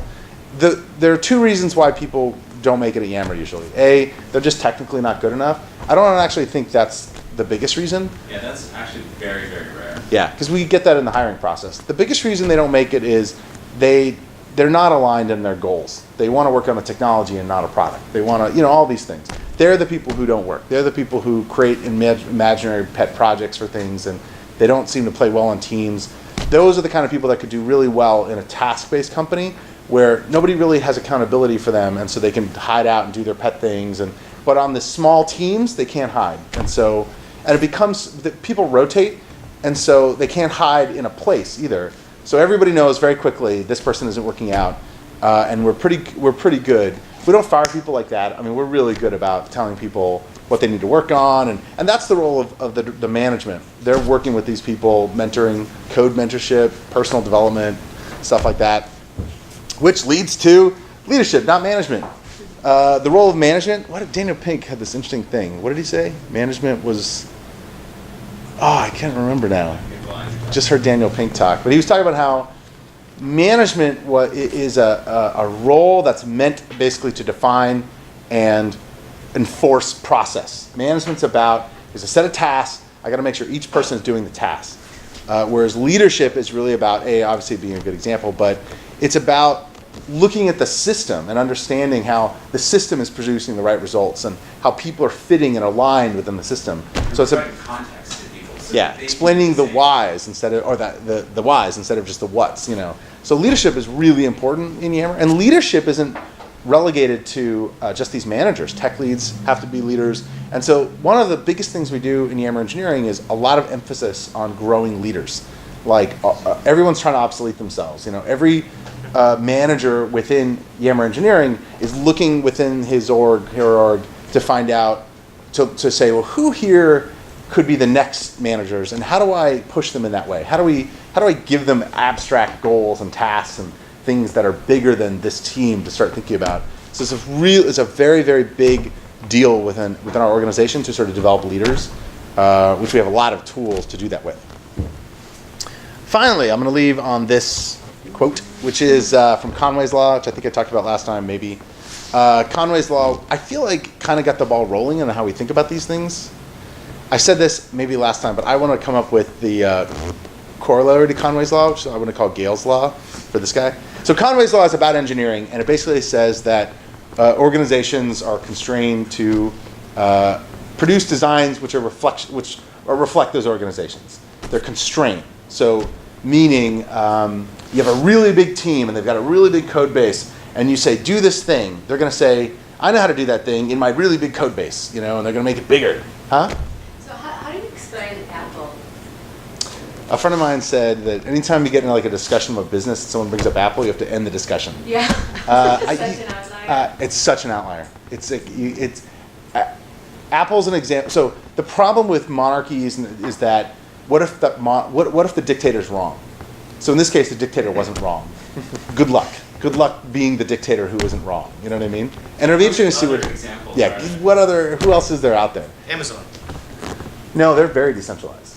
Amazon's a very decentralized Bezos, organization. Kindle, AWS, all those wild, crazy bets that books. Yeah, but we That's have about prioritization. right. So we actually believe really strongly in centralized priorities. Yeah. This is like the U.S. military has all these white papers about this idea of centralized command and decentralized execution, and we've sort of tried to embody that, where our product team is our centralized sort of strategy and vision. So that, like, I make this analogy with people that if you have a bunch of people and they're rowing a boat, if they all agree where they're rowing, they're going to go faster than if you have a lot of really awesome rowers who are just like everybody's got a different idea of where the boat's going. Yeah. So that having that central person to just say, screw it, we're going this way, is really important. You can't have speed otherwise.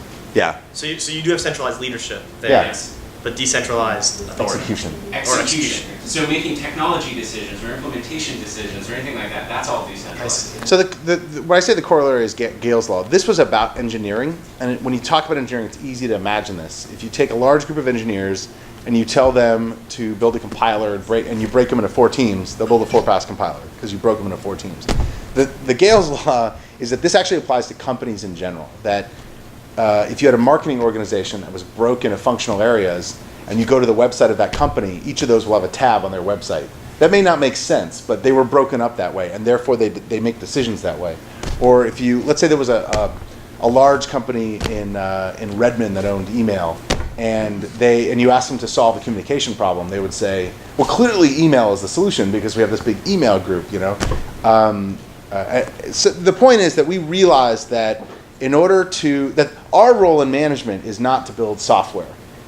It is to build the organization that builds the right software. And when we see a problem in the software, it's usually not the problem of the software. It's the problem of the organization that built the software. And that's why we have to play with the organization as much as we play with the software. And when I say organization, I mean process, people, tools, all of that stuff. So this is our weird, crazy way of thinking that has gotten us to this point. We iterated to this point because we allowed ourselves to think we're constantly wrong about the organization, and the organization should be just as malleable as the software. You want to add anything to that? Questions? For more information, go to this group you can't get to because it's on the Microsoft network. So ignore that. But yeah, question. I got lots of them. Okay. So B, C, no.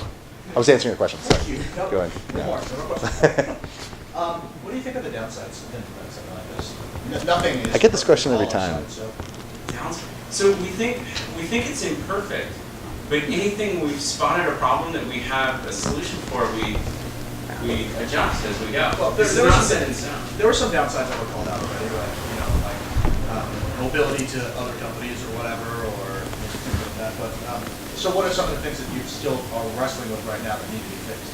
Things that still need to be fixed. That's it. I think throughput of product that was brought up. I think that we actually, for the first time in my career, I'm a member of an engineering team that overran the product backlog. Like the specs weren't ready. We built faster than we could envision. I've never ever seen that in my career. and it's not like product's small. It's Oh, it's a huge organization. it's like 25 people or something that they get, and they're effective. They just move very fast. Aside from the product manager who becomes part of the team, what are the specific deliverables or that's part of the handoff between central command and the execution teams? That's it. Well, there's a spec, The and product manager represents that spec on it. yeah,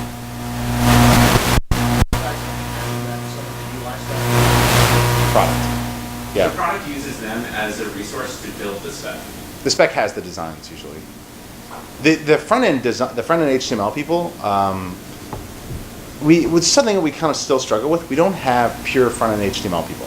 All the people on the front end teams are also engineers, and so that's maybe something we adjust in the future. We used to have just a front end team that did HTML CSS, and we kind of turned it into it's now 2 teams that just do JavaScript, HTML CSS, and we kind of like that balance. But I don't know, maybe we'll change it.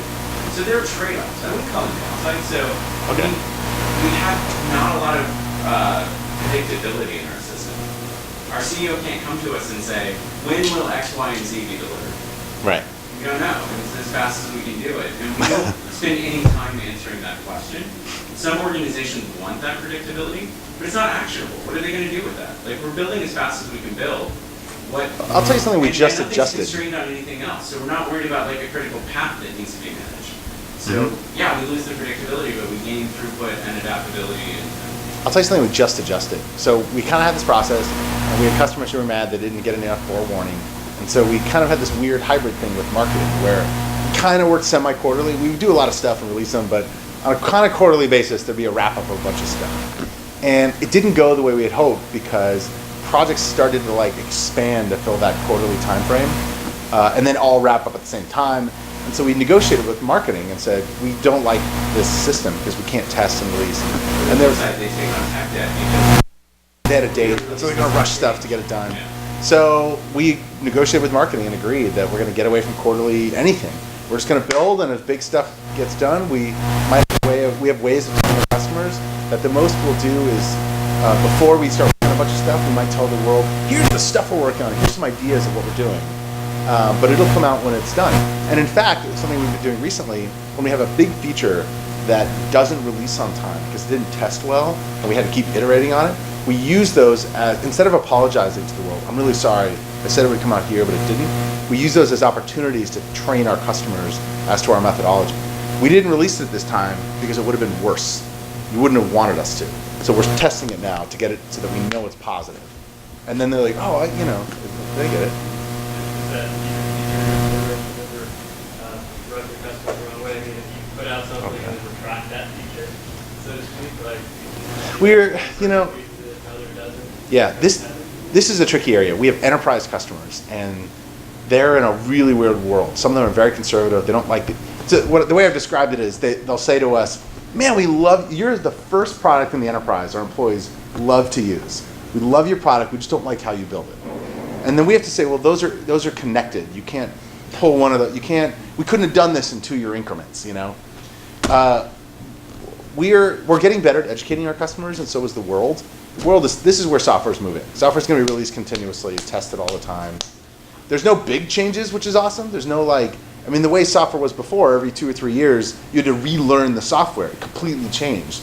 This never happens now. It just constantly changes a little bit. But we are kind of lucky. We made a concession. We have a lot of free customers, and so we test, without warning or abandon to them however we want, because we're using it for free. And then we're a little more careful with our paying customers on changes that have a dramatic impact on the UI. Only slightly more though, and only slightly. The direction we're going in is more testing with them. Yep. I think this is just kind of one of the battles like the cloud was. Right. Or open source before that. Yeah, early on people are going to be, I'm uncomfortable with this is new and scary. But once we demonstrate the advantages, they come up work. We had a lot of complaints, and there was a knee-jerk reaction. It was from our CEO at the time, who was like, just stop testing on paying customers. And we were so worried that would lock us in forever. And so what we agreed to was, we'll have a list. We'll have a list of paying customers who don't want us to test on them. And then sometimes we're just careful and we don't. But we have a lot more flexibility now, and we have ways of selling them on wanting to be tested, So with releasing features, do you guys do something where you have is it auto-enabled for every new customer, or do they have to explicitly enable it? There, Or okay, not give I them didn't, choice? I didn't mention this in here, but I actually mentioned it in I gave a talk to our customers a couple days ago that was a variant of this. And I brought up that the only way we can do this is if the software, if our product isn't configurable. Because if it was configurable, A, we couldn't test, because everyone's got a different experience anyway, so the data would be meaningless. B, it so dramatically limits our ability to quickly modify the product, because we're considering the combinatorics of all these settings they've set. And we've had very little configuration in our product, and every time we've had any configuration, it's caused tech debt and problems changing it. And so we're just really militant about not having configuration. Also, configuration is a great crutch for lazy product managers. Like, well, I don't know what's better, this or this. Let's have a setting. Our data shows us that 2% maybe change their settings, and of those, the majority have no idea what they're doing and ruin the product, and they don't know why. They just change, you know what I mean? Like, Facebook does not have a lot of settings for a reason. And sometimes they kind of come with ones and they go away because they don't work. Settings don't work. We don't believe, and even if a company could customize the product so that it was perfect for them, at that moment would pass, and then they would have a product that couldn't change. We couldn't upgrade it because they have such a customized version. So we think that customized software for companies is something that kind of largely goes away in this model. Specifically, we don't do any of those. Customization, feature flags, they're creating variants of the product that are limiting our ability to improve the product for them. Usually what happens It's a with short-term benefit for long-term loss. Usually what happens with those feature flags, so we released a feature, we call it online now, because people were freaked out about calling it chat, but it's chat. It's the little chat bar thing that like Facebook has. In the corner, we had a lot of companies freak out and say, we already have an IM solution in our company, you can't do this. Really what they're saying is, I have a pet IM solution that I brought into the company. I'm afraid this is going to be better and take all the users and make my thing look bad, right? But what we're saying is, we'd rather deliver maximum value to the company, right? If people don't use it, they won't use it, they'll use some other thing. If you want to do that, that's fine. Like, people are scared of redundancy when that actually holds their user base back. What about product management that wants to like milk the customers and create complex licensing schemes? Yeah, I mean, it's a whole other issue that, because I mean, I think in the cloud that becomes much harder. As a freemium product, the product has to be good, or else they don't use it and we don't make any money. And so that puts the pressure on us to make the product something we can continue to improve. The world of complex licensing worked really well, and complex products, when it didn't have to be good. It just had to be sellable. And it's actually, because it's really hard to say, like, let's say you couldn't use Yammer before you bought it. Then Yammer would be coming in saying, we have a product with like so many fewer features. It's so much less customizable than this other product, but we're better, and we're better because it has less. It's hard to reason about that. So most enterprise software, they compete on complexity. They compete on the number of features. And we know, if we're coming from the consumer world, complexity is bad. You know, more features is not better. So we think freemium sort of helps ameliorate that, yeah? We play a little bit of counter. You were really trying to get that question well, in. Just to your point, with the IM solution, I can't see the enterprise's position in a couple cases. Like, for instance, in IM, if you're using HipChat, Google Talk, and Yahoo Messenger, and you want you want a centralized place, you want Yammers so that I can search about what this conversation was. If I have 4 IM solutions, I don't have a centralized repository. So there are some benefits to having the one rather than having There's always an argument for centralization, but we always think it comes with too many negative trade-offs. Like, just philosophically in that sense. That's always the argument about I want to turn these features on. It's complicated. One of our pitches is Yammers a social layer. Sure, you can have a lot of apps with their own social networks, but they become siloed. It's good to have a social layer across them. So that's a form of centralization, essentially.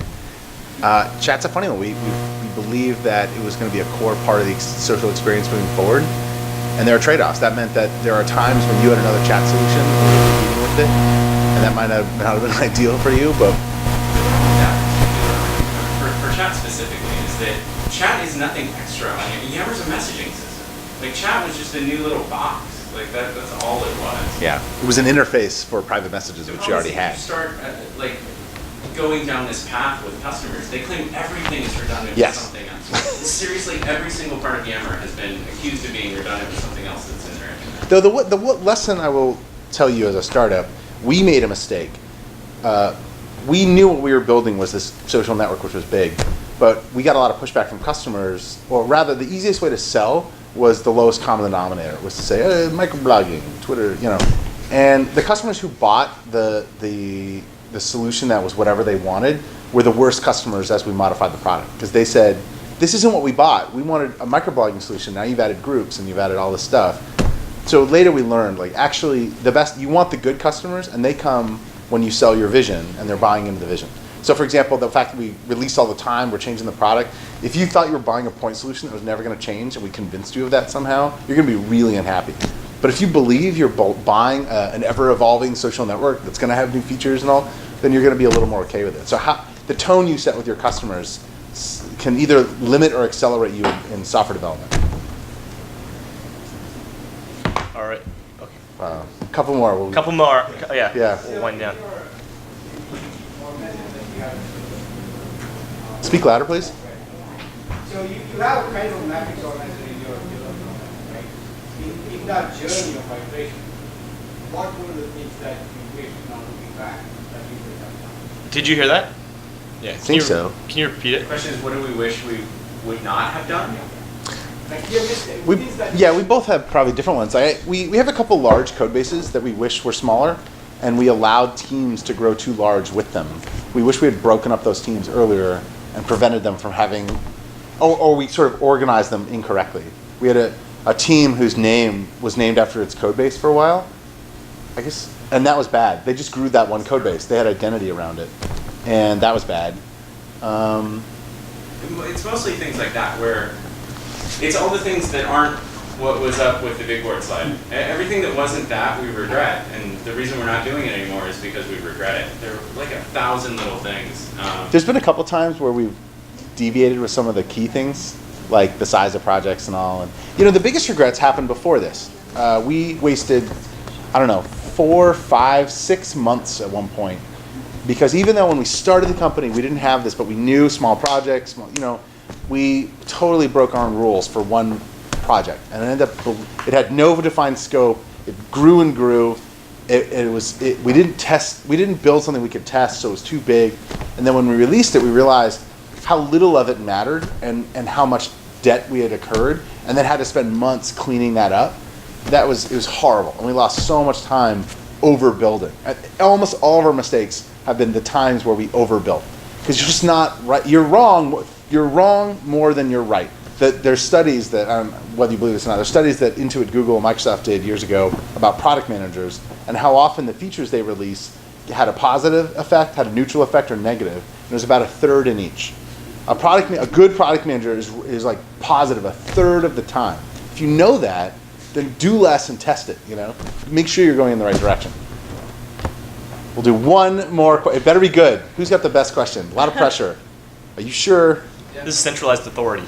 That's right. What's Okay, go ahead. Okay. Other than bringing new people in and throwing them in a team of people who they're working with, do you prep them or train them in any way for working inside of this pattern? And if so, how? It's a really good question. We've done a poor job of this, and we found that we never wrote the system down because it kind of came organically.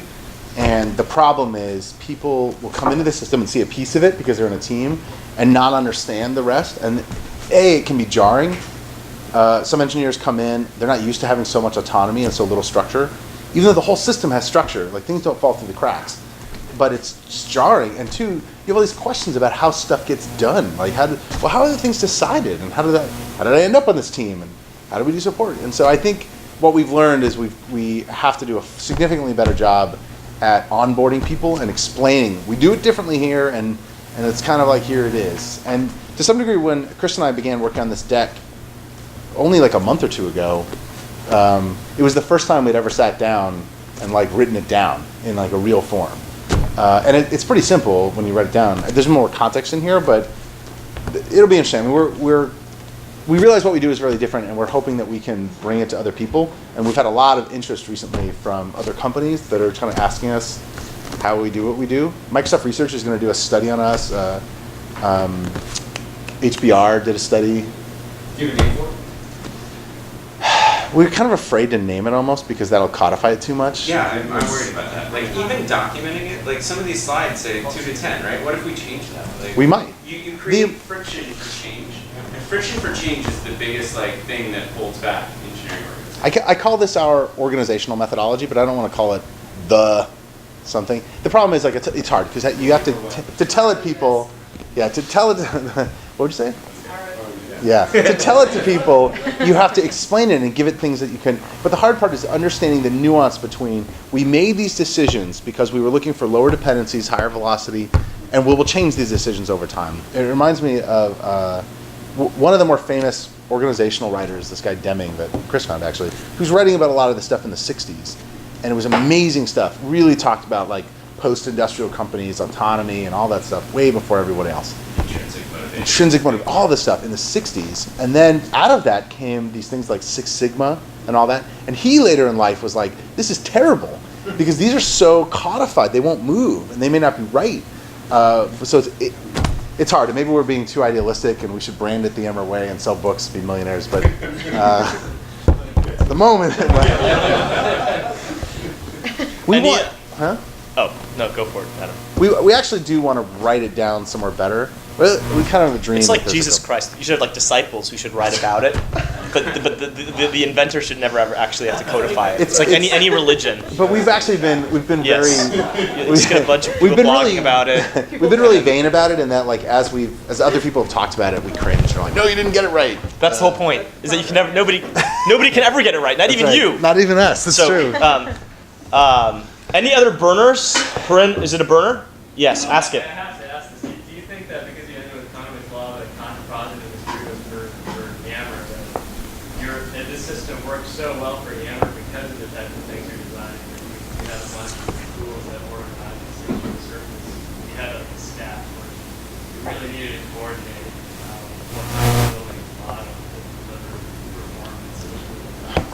You do. That's what the cross-functional team is all about. I guess at a super high level, for example, we're building software and a bunch of services.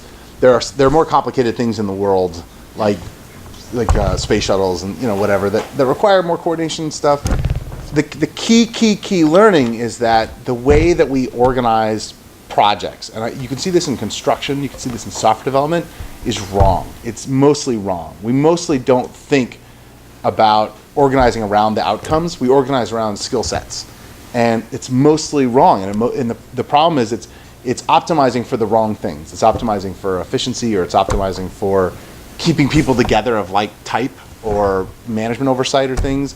And it doesn't work. I can't remember, I was watching someone build a building, and you could see all these people standing around doing nothing, and there's all these pieces that are skill set oriented, and everybody's waiting for everybody else. And it's very clear that we think about organizing in this way. We think we have 2 types of engineers or 5 types. Let's put them in groups. Well, then how do we break up the work? I guess we break it up on the top and kind of let it filter down, but it just doesn't work. Because nobody has visibility, and there's whole other talk. Look at look up SVB CTO Summit, my name, because I gave a talk on how other startups. It's a really good one. We give a talk on how startups normally organize and the sort of the evolution of how they organize and why it doesn't work, and then kind of how we think about organization. It's a little more high level, but also talks about the alternatives a little more. Fantastic. That was awesome.